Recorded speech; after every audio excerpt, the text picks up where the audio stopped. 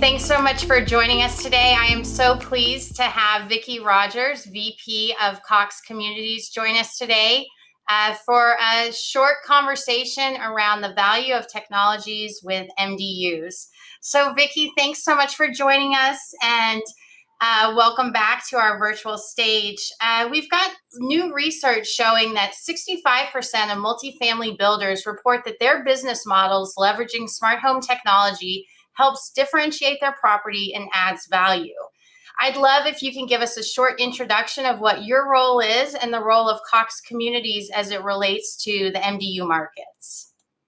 Absolutely. So my team is responsible for building high trust relationships with builders, developers, owners, and consultants on that B2B side so that we bring value to help builders sell houses and MDU owners and consultants drive rents and occupancy by leveraging technology based on consumer needs, right? So we not only manage the strategy part for Cox Communications, but we also do operational enablement and then sales execution. And so we're blessed in the fact that we can look at this end to end for builders, owners, developers, and consultants in this space.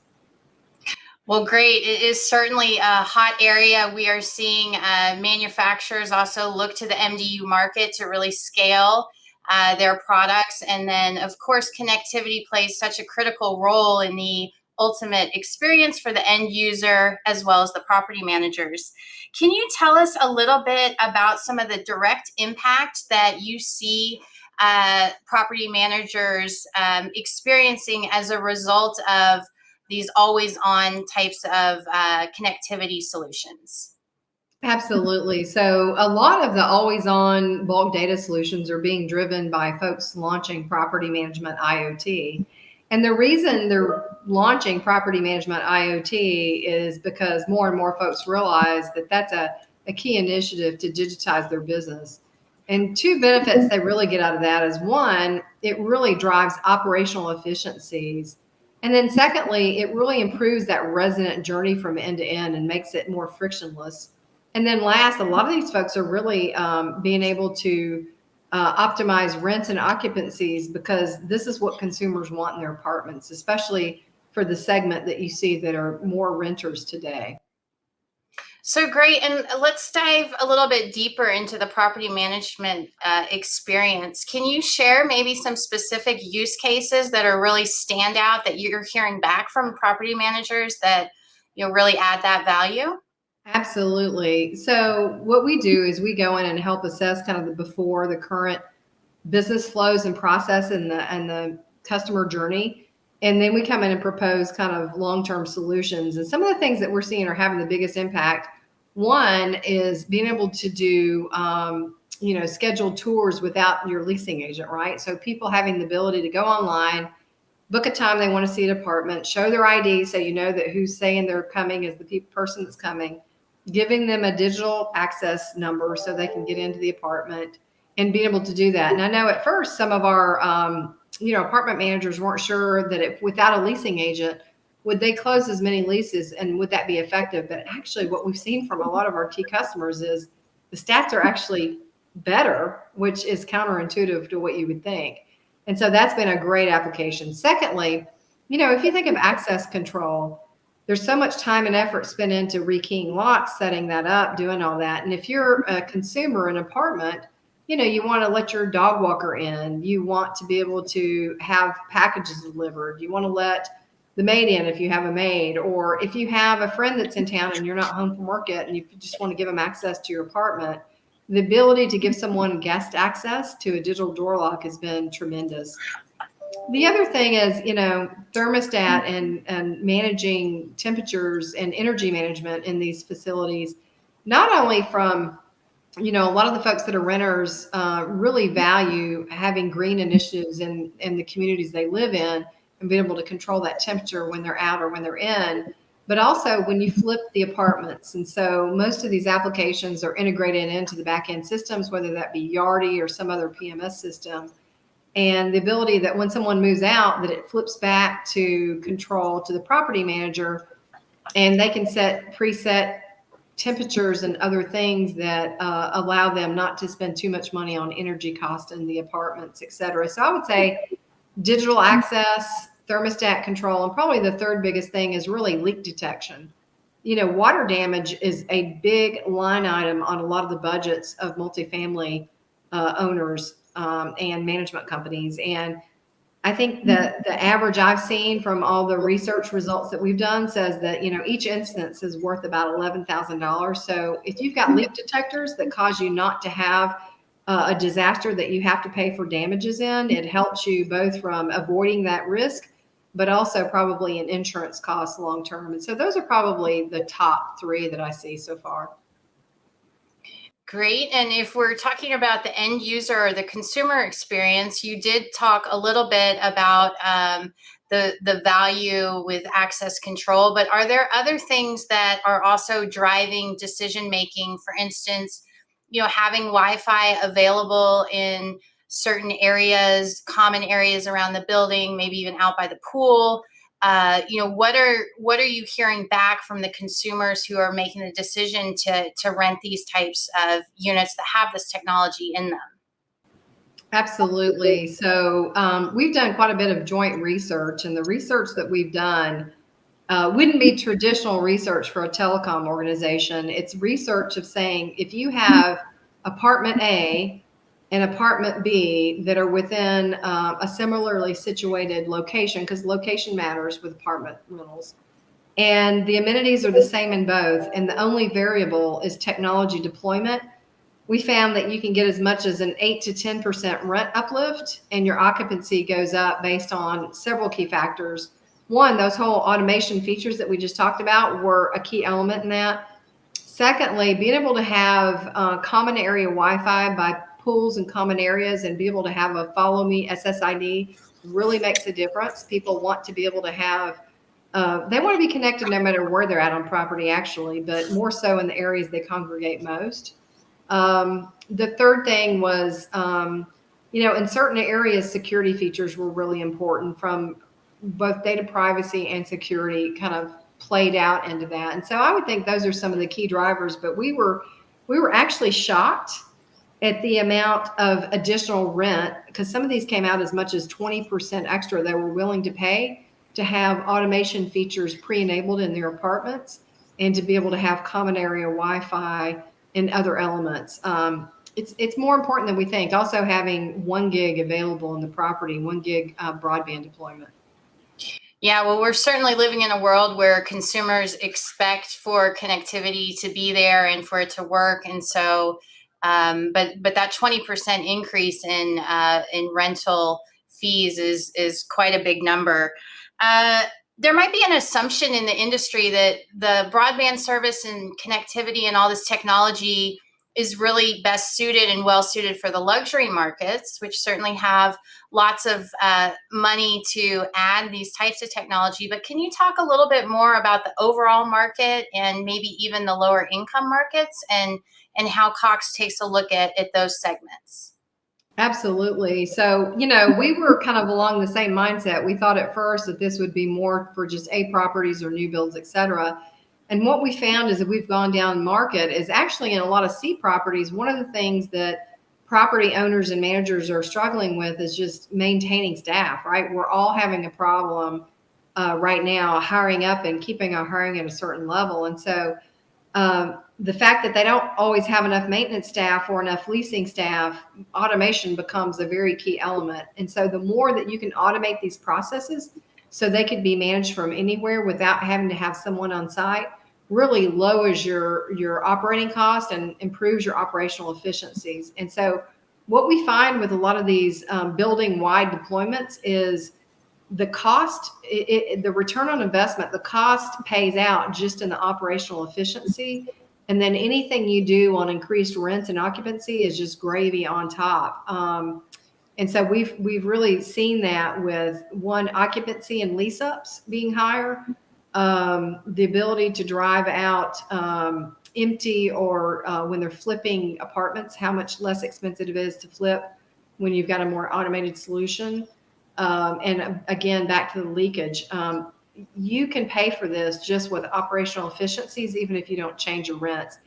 And it becomes more pronounced, I think, when you get in C properties on the whole operational piece, because folks are scrambling to have enough resources to cover the properties. Well, it's certainly a challenging time. The past year has been difficult for a lot of property managers, just even in collecting rents and that sort of thing. So anything that can help them save money, save time, save resources, I think is critical. Let's talk a little bit about the student housing and independent living markets. Can you comment on how Cox is attacking those areas, especially with maybe a lot of schools being out, and students might not be at school, but of course with preparations that's coming back. Yeah, and the off-campus student housing is where we see probably the biggest push, because even though a lot of the dorms, maybe folks didn't come back, a lot of the kids, even when they were doing remote learning, stayed on the off-campus student housing, which I thought was pretty interesting. Not all of them went home. Who wants to go home when you're in college, right? Right. And the other thing we saw is bandwidth is king there, right? So deploying managed Wi-Fi so that you can shape networks and give them what they need. Being able to give full access. These kids are used to walking in and the Wi-Fi is there and it's up all the time. Obviously, your usage patterns are different. You know, a lot of times their high usage might be 1 or 2 o'clock in the morning, which is pretty interesting, versus what you would see for traditional apartments and things like that. So, you know, although dormitories took a bit of a hit, off-campus student housing is still going pretty strong. When you think of senior care, I think there's a next evolution that's coming. Telehealth solutions and the change in regulatory environment, especially through COVID and government stimulus, I think is going to play a lot bigger role in that over the next few years. Because I think telehealth and remote health monitoring is becoming a more and more important area. And I tell you, just from my own experience of going through my father and mother aging and passing, you know, it's a lot of times it's the caregiver who's interested in having some of those monitoring. You know, I think it's like, 85 million people are going to be greater than 65 years old over the next 20 years. And so that whole segment is growing tremendously. And, you know, on average, I think 40–50% of those folks have 3 chronic illnesses. And so being able to monitor health, make sure someone's moving around, that they're leaving their apartment, et cetera. You know, really, if you think about this next stage of what could happen, you could have alerts going to pre-chosen people to say, hey, we haven't seen any movement in the apartment, or hey, you may want to call your parent and check on X. You know, you got to be careful with the privacy, but there's probably a fine balance of helping to support people to age at home, because a lot of folks still want to do that, but yet give people the peace of mind that they're keeping an eye on their parents and that things are going well. Yeah, absolutely. Yeah, that's an area we look at closely within our research practice, and certainly a huge population to serve. And then the caretakers, the caregivers as well, helping make decisions specifically about technology that helps provide information on that person's, you know, how they're doing and all that. So huge market that is just going to start booming, I think, especially as we get integration between devices and services a little bit more set. Let's move and think about 3 years from now. You know, we've had a lot happening in the last year with the pandemic, and you know, dramatic shifts in how consumers live and work and play. And so if I were to ask you, what do you think the market for connectivity, and maybe specifically with the MDU market, is going to look like in the next 3 to 5 years? Well, you know what? I think we've all decided over the last year or so that our homes are very important, right? Because when you're living in your home, working from your home, and schooling from your home, your connectivity becomes very key. And so being able to have something that's reliable, that, you know, you're not going to be impacted from a schoolwork perspective or working at home is key. The other thing we're seeing is, you know, people aren't snapping fully back. So even though some offices are starting to open, and probably more will start opening September, October, there's a lot of companies that have decided that folks, you know, it's okay to have more of a flexible plan. even before COVID, I think about 35% of folks were working from home 1 to 2 days a week. And we see that dramatically increasing. And so, what does that mean from a consumer perspective? It means one, my reliability that I expect from my home is similar to what I used to expect from my business. And so, SLAs and failovers, et cetera, are very important, and uptime is very important. Reliability. Secondly, the more conveniences or functionality I have either in an apartment or in my single family home become really, really important. And so I think you're going to see more and more SaaS um, opportunities where people working out of their home are downloading, small business applications and software and other things. I also think as you look at the proliferation of smart cities and other smart devices, smart cars, et cetera, you're going to start seeing if you light up a smart building and you have so much data and information that's being shared and artificial intelligence to analyze that. I think the next phase is that if you can reach out and grab data that's in the public from other sources to make decisioning for you and to send recommendations for you is going to be key. And so, there's still a little bit of work to be done around that, but that whole spatial integration, I think, will be the next phase. If you think about it, in the multifamily space, you kind of had infrastructure because fiber and 1 gig was really important. Then you had pre-enablement, and that's the reason we launched Quick Connect, so that when you came into your apartment, you already had broadband, you could just choose your speed, and it was already up. You didn't have to wait on a truck roll. Now it's going to be truly full property management and IoT, where artificial intelligence and data is giving you recommendations on things you should do in your home to lower your energy bill, or hey, your friends are over at such and such, or hey, I see your routine is you go get Starbucks every day. Do you want me to put your order in? And so that spatial integration is probably that next wave. Yeah, well, it's really amazing how we are, you all are literally setting the foundation for the future of how consumers are living, and with the blurred lines that are going to continue to play between work life and home life. There's just so many opportunities there. So, Vickie, I want to ask you if you have any final comments, and also thank you again for joining us today and for Cox Communities' continued support of Parks Associates events and research. Yeah, thank you. The only thing I would say is, if I'm a CEO of a multifamily group, I think digital enablement and automation is going to become more and more important, not only to be efficient in your business, but to have the best resident journey you can have and retain your clients. And then also just to optimize your net operating income, rents, and occupancy. So thank you so much for the time today. We appreciate you being here, and thank you again. We'll talk to you soon.